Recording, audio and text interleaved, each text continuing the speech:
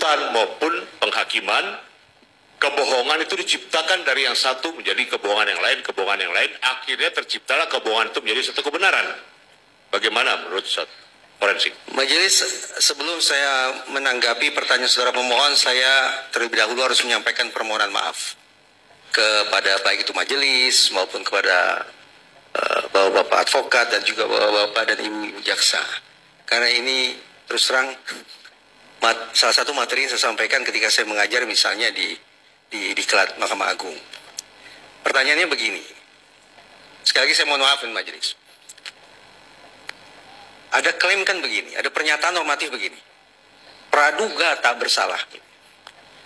Sekarang kalau pertanyaan itu diajukan ke saya akan katakan begini. Saya dengan segala hormat tidak teryakinkan bahwa dengan segala hormat semua orang di ruang penegakan hukum yang mulia ini sungguh-sungguh bisa konsisten dengan aturan main itu. Pertanyaannya, kenapa saudara sedemikian negatif berpandangan tentang personil penegakan hukum begitu ya? Mungkin ini saya membayangkan sebuah dialog di ruang kuliah. Jawaban saya begini. Dari sudut pandang psikologi forensik, kerja jaksa, kerja advokat 100% bertolak belakang dan tidak mungkin sangat kecil kemungkinannya beralih posisi. Maksudnya begini. Ketika seorang terdakwa duduk di kursi pesakitan, jaksa dari sudut pandang psikologi forensik niscaya akan mencari, menggali, mengeksplorasi faktor disposisi. Saudara jaksa bisa mengikuti maksud saya tidak ini?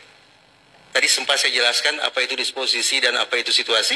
Disposisi adalah faktor internal, faktor diri orang yang bersangkutan, situasi adalah faktor eksternal.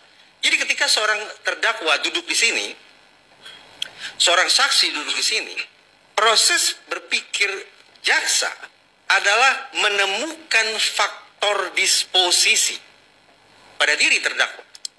Karena ketika jaksa berhasil menemukan faktor disposisi itu, maka jaksa punya alasan untuk mengatakan terdakwa bersalah. Semakin yakin jaksa bahwa mereka sudah menemukan faktor disposisi, maka semakin besar pula kemungkinan mereka akan mengajukan tuntutan yang sangat berat bagi diri terdakwa. Karena mereka teryakinkan bahwa tidak ada pihak lain, tidak ada faktor situasi, tidak ada faktor eksternal, tidak ada faktor kelingkungan apapun kecuali faktor disposisi, kecuali faktor dalam, kecuali faktor orang, kecuali faktor terdakwa itu sendiri yang melakukan, yang menjadi latar belakang terjadinya peristiwa pidana. Itu proses berpikir jaksa. Proses berpikir advokat adalah sebaliknya. Mereka berpikir by default, otomatis mencari faktor situasi. Bahwa mereka harus meyakinkan semua pihak, peristiwa pidana itu terjadi bukan karena terdakwa, tapi karena faktor di luar diri terdakwa. Eksternal, situasi, lingkungan, orang lain, dan seterusnya. Semakin advokat atau penasihat hukum yakin bahwa perbuatan pidana atau peristiwa pidana itu terjadi karena faktor situasi, bukan karena faktor terdakwa, maka penasihat hukum semakin percaya diri untuk mengatakan klien kami tidak bersalah. Mudah-mudahan bisa dipahami. Bisa dipahami. Nah sekarang, apakah saya boleh berlanjut tentang proses berpikir hakim majelis? Baik. Kalau dipandang tidak layak, saya berhenti sampai di sini. Silakan. Kami pengen tahu juga. Baik, berarti majelis mengizinkan saya untuk lanjut. Silakan. Baik. Saya diam sebentar untuk memastikan saya memilih kosakata yang tepat majelis. Saya karena ya serius majelis. Saya tidak mau memunculkan kesan bahwa saya sedang menghina lembaga peradilan, sama sekali tidak. Saya tidak mau memunculkan kesan bahwa saya melakukan ya katakanlah contempt of court atau tidak. Saya menjunjung penuh rasa hormat saya terhadap institusi peradilan, terhadap majelis. Saya lanjut majelis? Silakan, Pak. Baik. Tadi saya sudah sampai pada sebuah simpulan, jaksa tidak mungkin bergeser mencari faktor situasi. Sebagaimana advokat atau pengacara tidak mungkin bergeser mencari faktor disposisi. Nah, sekarang bagaimana posisi hakim? Begini. Sudah barang tentu dengan duduk di tengah, kenapa saya harus melihat saudara terus ya? Jadi kesannya saya kok jadi malah berpihak begini. Saya lihat majelis saja. Ya.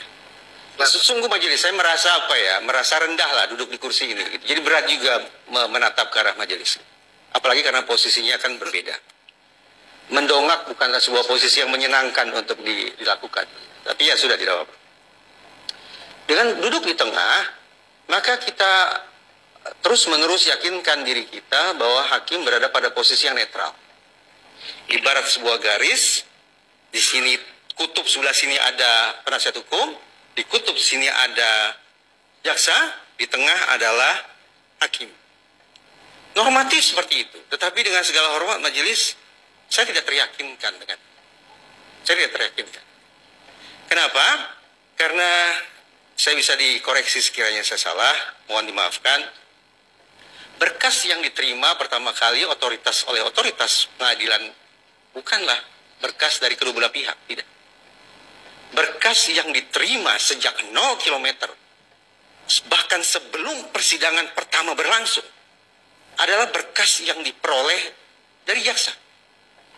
Itu mengakibatkan betapapun secara teoritis hakim berada di tengah, tapi dari sudut pandang psikologi forensik, saya punya alasan paling tidak untuk khawatir lah atau menduga-duga bahwa karena berkas yang diperoleh sejak awal hanya dari satu pihak, maka sadar tidak sadar, sengaja tidak sengaja, framing terhadap proses persidangan yang mulia ini adalah framing sesuai potret situasi yang dibangun oleh jaksa. Dengan demikian, secara aktual, menurut saya majelis dengan segala hormat, hakim tidak berada di tengah. Tapi bandul itu berada di salah satu sisi. Karena hakim sudah terframing oleh berkas yang sejak awal, bahkan sejak sebelum dimulainya persidangan, hanya diberikan oleh salah satu pihak. Framing sudah berlangsung. Dari situ ingin saya katakan, pertama, betapa beratnya tugas penasihat hukum. Karena penasihat hukum, maaf kalau kosakata saya tidak baik majelis, penasihat hukum harus bekerja keras untuk membetot kaki hakim untuk berpindah dari satu kutub ke kutub netral kembali, bahkan syukur-syukur pindah ke kutub mereka. Dengan kata lain, ketika persidangan ini dimulai, pihak jaksa sudah mendapatkan bonus 1 poin. Sementara penasihat hukum 0. Tugas mereka adalah mengembalikan kedudukan ke 0-0, draw, imbang, bahkan syukur-syukur mereka berusaha mengembalikan posisi ke 0-1. 1 untuk mereka. Dengan kata lain, dalam bahasa psikologi begini majelis, hakim sejak awal sudah mengalami framing. Yang harus dilakukan adalah deframing, menetralisasi efek framing, kemudian reframing, membangun framing ulang sebagaimana yang diinginkan oleh pihak seberang. Dari situ majelis, saya terus terang jadi lupa pertanyaan saudara pemohon apa. Tetapi yang saya, ya terus terang. Tapi mudah-mudahan ini relevan. Mudah-mudahan saudara,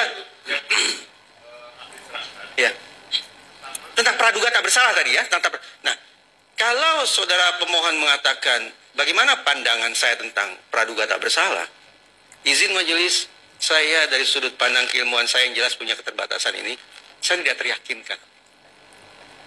Saya tidak yakin siapapun di ruangan sidang yang mulia ini, baik itu dengan segala hormat otoritas kejaksaan, otoritas advokat, dan dengan segala hormat otoritas hakim, sungguh-sungguh berada pada titik praduga tak bersalah, berada pada titik netral. Saya tidak yakin. Dengan segala hormat majelis. Demikian.